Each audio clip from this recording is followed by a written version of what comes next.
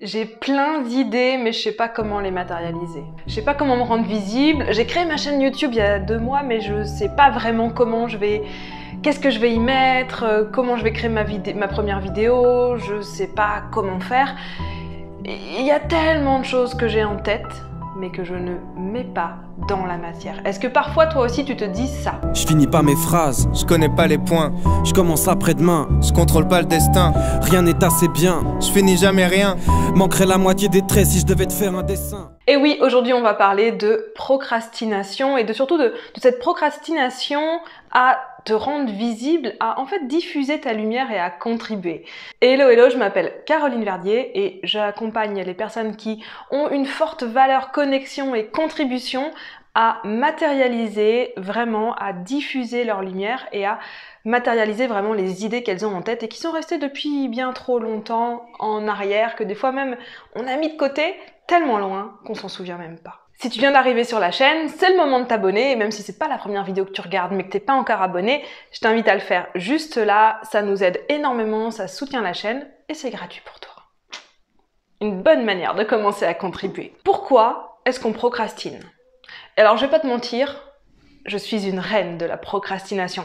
Alors j'ai un avantage qui est que je fais les choses dernière minute, donc je les procrastine pas complètement.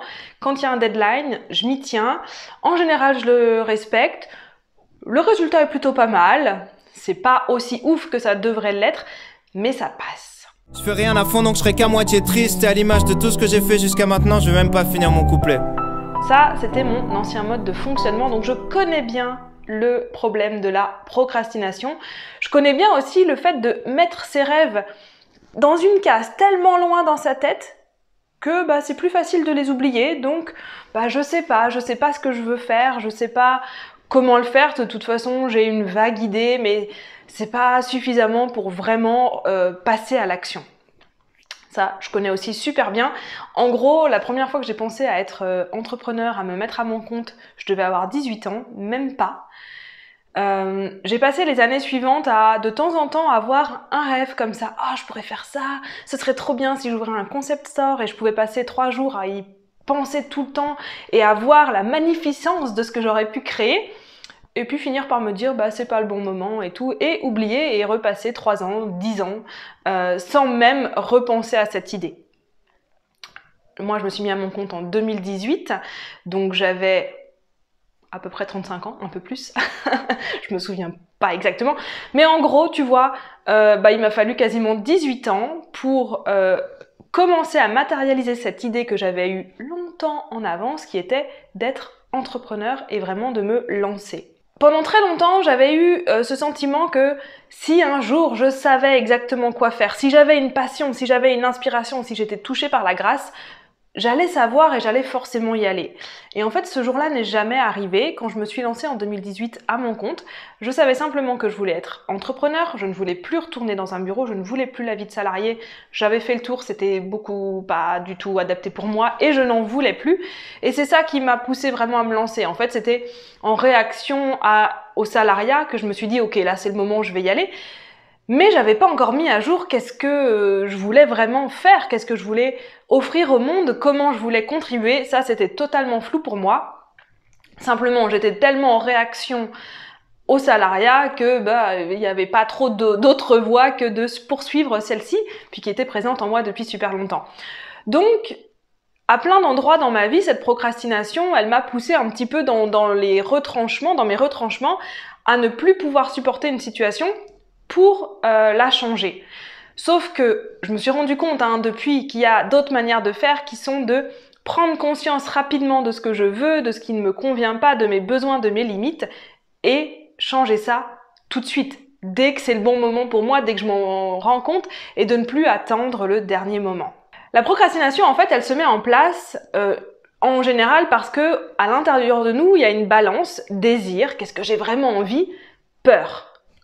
Si je fais ça, ça va merder, le monde va exploser, on va plus m'aimer, je vais me retrouver seule, etc., etc. Et dans cette balance désir-peur, tant que la peur prend plus de place, elle est plus lourde que le désir, que les potentiels de réussite que je vois, tant que les peurs prennent plus de place dans la balance, on ne passe pas à l'action. Et c'est normal en fait, c'est complètement normal. C'est-à-dire que notre système, il est fait pour nous protéger.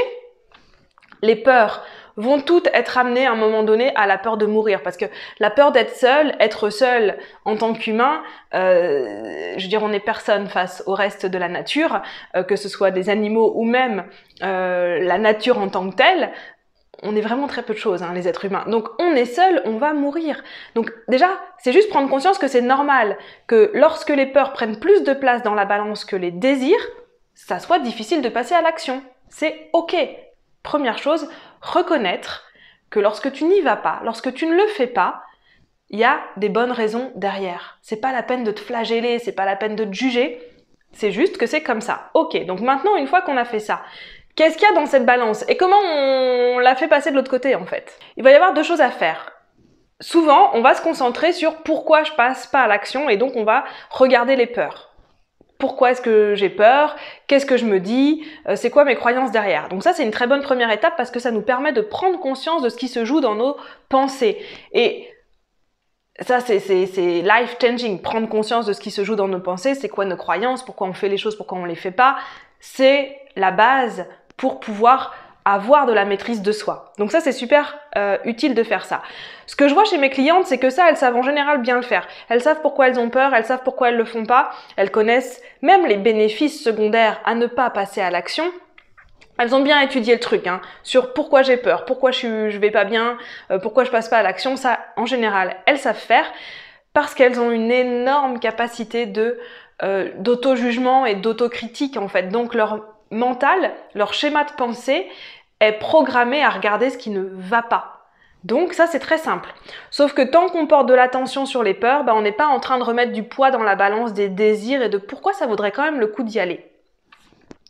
La première chose, c'est est-ce que j'arrive à remettre du poids? C'est-à-dire, est-ce que vraiment ce truc-là, c'est un truc que j'ai envie de faire?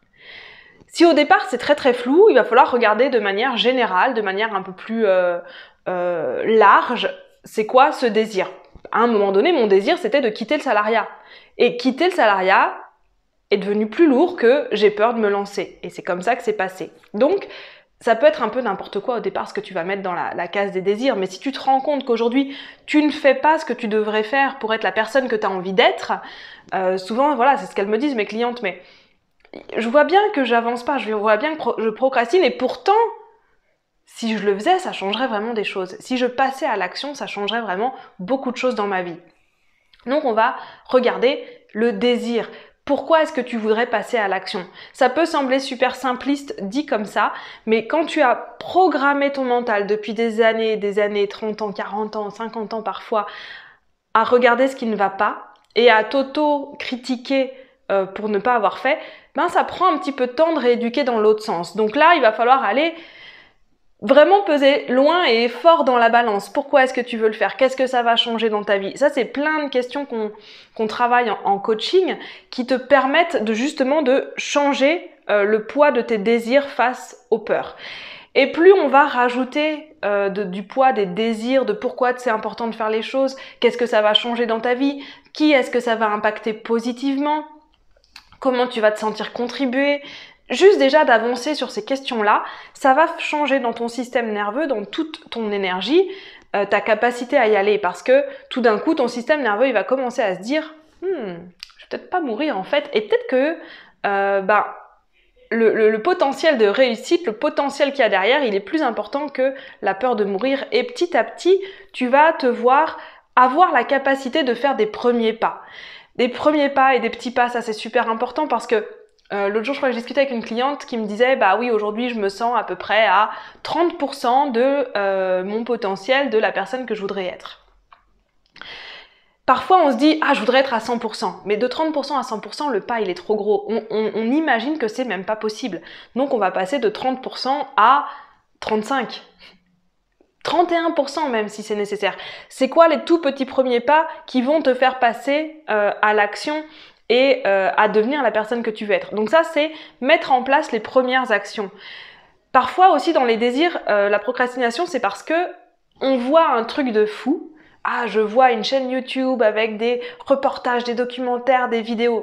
Je pourrais faire ça comme ça, et ça me prendrait une semaine pour faire chaque vidéo. Et puis, ah, mais en fait, j'ai pas les compétences pour le montage, j'ai pas que les compétences pour filmer.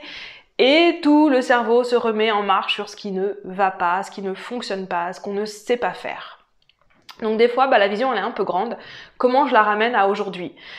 Si dans ma vision, moi je me vois avoir une chaîne YouTube pour diffuser des soins énergétiques, pour diffuser des méditations guidées, souvent c'est ce que j'entends chez mes clientes dans le style de chaîne qu'elles veulent créer, il n'y a pas que ça, mais ça en fait partie. Je vois avoir ça et je la vois comme ça et je pourrais filmer ce truc-là et créer tant de méditations. Et du coup, la vision elle est claire mais elle est immense et aujourd'hui, le blocage c'est comment je vais enregistrer ça pour que le son il soit correct. En fait, il y a des choses très petites, précises dans les premières actions à faire qui peuvent te bloquer parce que là, tu te sens genre je ne sais pas. Mais ce truc-là, c'est un truc simple en fait auquel répondre, tu vois. Donc, réponds déjà à ces questions-là. Ok, aujourd'hui, je ne sais pas comment je vais enregistrer, je sais pas moi, un tambour. Parce qu'enregistrer du tambour, je sais pas si tu sais, mais c'est compliqué, il faut des micros spéciaux. Sinon, c'est dégueulasse au niveau du son. Bref, comment je vais faire ça? Ok, je vais chercher comment je vais faire ça. Petit pas après petit pas. La vision, bien sûr, c'est cette énorme chaîne YouTube que tu as envie de créer avec des super méditations guidées, avec toi qui joues de tes instruments. Ok, mais comment on commence en fait? C'est quoi le début? Ça va être quoi la première vidéo? De quoi j'ai envie qu'elle parle? Donc revenir à des petites choses aussi, ça va permettre de sortir de la procrastination plus facilement. Mais avant ça, on fait bien prendre plus de poids et de place au désir dans la balance.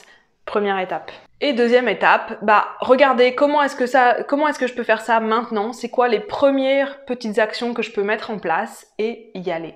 Si tu sens que tu as besoin d'aide là-dessus et si tu sens que tu as besoin d'aide sur comment tu as envie de communiquer pour contribuer, pour diffuser ta lumière, prends un appel avec moi, on regarde ensemble comment je peux t'accompagner, ça peut être en individuel ou dans un groupe que j'appelle Vision Claire où vraiment on va aller toucher ta grande vision et la ramener au présent pour voir par quoi tu commences pour la mettre en place. L'appel, il est dans la description, c'est un lien Calendly, tu cliques, tu choisis ta date, tu réserves et on en discute. Je te souhaite une très bonne journée et je te dis à très vite.